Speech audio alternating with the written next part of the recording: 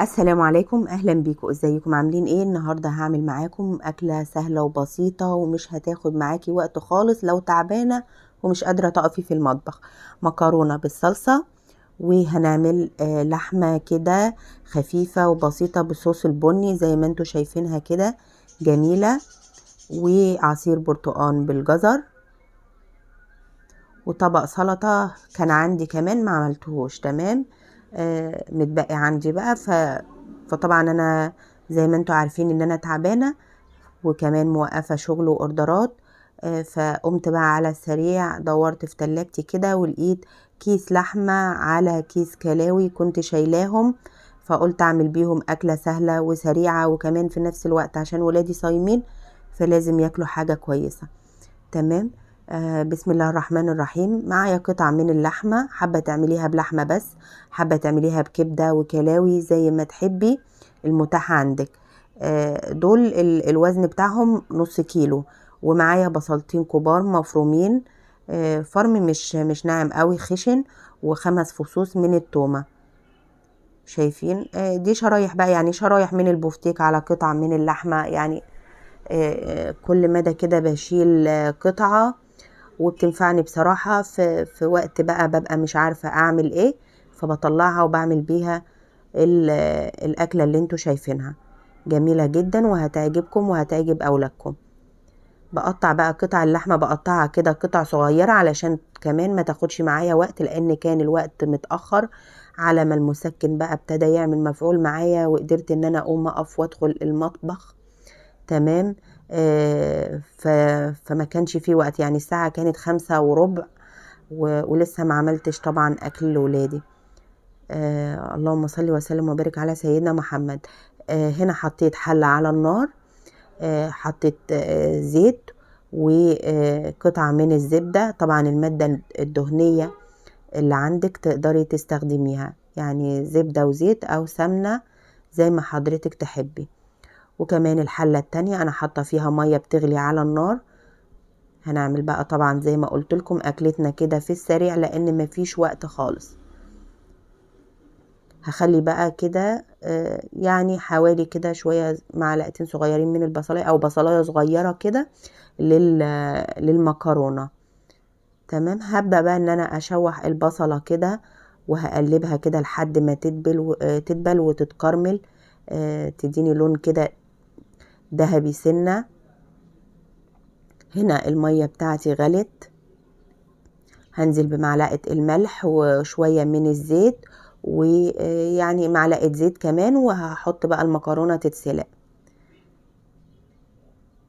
هنا الحلة دي كانت قطعة، مش قطعة يعني معلقة سمنة بلدي كده كانت فايضة من الكنافة، فحطيتها بقى تدي طعم. انا هنا ما استخدمتش سمنة بلدي، انا استخدمت زيت وزبدة، زبدة مزارع.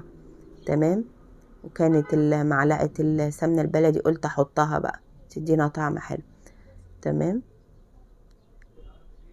هنا البصلة بتاعتي اتدبلت شوية كده، ادتني لون ذهبي سنة، مش متحمرة قوي، بس بتدي كرملة كده للبصلاية بسيطة علشان تطلع اللحمة لونها بني كده وتديكي طعم حلو. تمام. هقلب بقى فيها اللحمة بتاعتي، هي قريبة من الكباب الحلة. تمام. بس انا لما بعمل كباب الحلة ما بضيفش تومة، فهنا هضيف توم. والحلة التانية هعمل المكرونة. طبعا نزلت بالمادة الدهنية بتاعتي، زيت وسمنة. تمام. ونزلت بالبصلاية الصغيرة ومعلقة من صلصة الطماطم. لو وصلتي معايا لحد هنا وما ضغطتيش لايك للفيديو وسبسكرايب للقناة لو اول مرة تشوفيني. تمام. وهنا قرن فلفل، ولايك وشير لو بتشوفيني من على الفيس ومتابعة للصفحة. تمام. هنزل بقى بعصير الطماطم. انا هنا هعمل كيس 400 جرام، بحط له بقى عشان الصلصة بتاعته تكون حلوة. يعني لو المكرونة نص كيلو او 400 جرام انا بستخدم كيلو الا ربع من الطماطم عشان الصلصة بتاعتي بقى كده للمكرونة تطلع حلوة وما تكونش قليلة. وحطيت الملح ومعلقة سكر، لازم نضيف السكر مع صلصة الطماطم عشان تعادل الحموضة، حموضة الصلصة يعني. تمام، هغطيها بقى واسيبها تتسبك. وهنا اللحمة بتاعتي ابتدت تتشوح اهي بالشكل ده. هنزل بقى عليها ب5 فصوص مفرومين من التومة.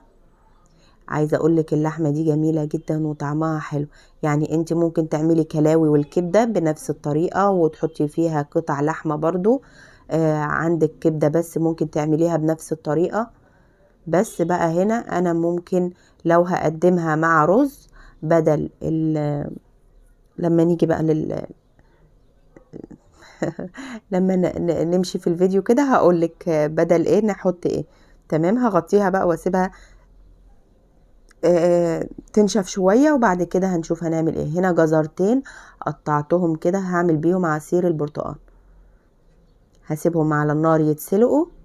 وهنا حطيت 1.5 كوباية من المية السخنة على اللحمة علشان بقى تستوي وتكمل تسويتها.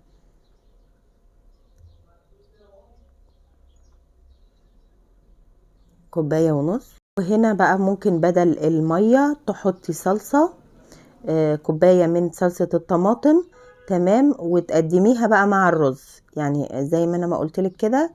ممكن بدل لو هنقدم اللحمة دي مع رز يبقى تحطي كوباية طماطم، كوباية صلصة طماطم بدل كوباية المية، وتسيبيها بقى تتسبك. وبنفس الطريقة هنحط الملح والفلفل الأسمر والسبع بهار، ربع معلقة فلفل أسمر، ونص معلقة صغيرة من الفلفل، نص معلقة صغيرة عفوا، نص معلقة صغيرة من السبع بهار، والملح حسب الرغبة. وهقلبها بقى واسيبها تستوي براحتها. هغطي عليها واسيبها لحد ما تستوي. وهنا الصلصة بتاعتنا بتتسبك بالشكل ده. احط لها الفلفل الاسمر تمام، وهقلب وهغطيها لحد ما تتسبك. وهنا الجزر بتاعي بيتسلق، هصفيه بقى وهبرده. وتعالوا نعمل عصير البرتقال. معايا 3 برتقانات وعليهم جزرتين صغيرين مسلوقين. تمام، وهحط السكر حسب الرغبة. وهضيف حوالي لتر من المية، مية متلجة طبعا. وهروح اضربهم في الخلاط. وهنا بعد ما ضربت العصير بتاعي بالشكل ده هصفيه بمصفى. شايفين يتصفى بقى بالمصفى، وبعد كده نقدمه. هنا العصير بعد ما صفيته بالشكل ده. وكده خلاص كان المغرب على اذان. كانت اللحمة بتاعتنا استوت الحمد لله اهو بالشكل ده. شايفين شكلها. وزي ما قلت لكم حابين تعملوها بني هتتقدم مع مكرونة محمرة او مكرونة بالصلصة، او لو عايزاها بحمرة هتتقدم مع الرز وسلطة خضرة بقى كده وتاكلي وبألف هنا. تمام، هنا الصلصة بتاعتي اتسبكت كده بالشكل ده. طبعا لقيت الحلة صغيرة على المكرونة فحطيتها في الحلة اللي سلقت فيها. وهسيبها كده 5 دقايق كده اقلبها، و5 دقايق كده على النار عشان المكرونة تسخن معانا. طبعا المكرونة احنا طافينا عليها من بدري، وتتشرب كمان من الصلصة علشان الصلصة بتاعتك وبتاع المكرونة، يعني صلصة المكرونة تطلع معاكي كويسة. يبقى كيلو الا ربع لنص كيلو، كيلو الا ربع صلصة، او كيلو الا ربع طماطم لنص كيلو مكرونة. قلبناها كده بالشكل ده. وهنقدم بقى اطباقنا لان خلاص المغرب بيأذن.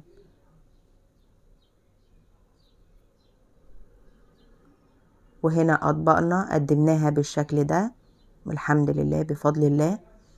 تمام زي ما انتوا شايفينها كده بالشكل ده.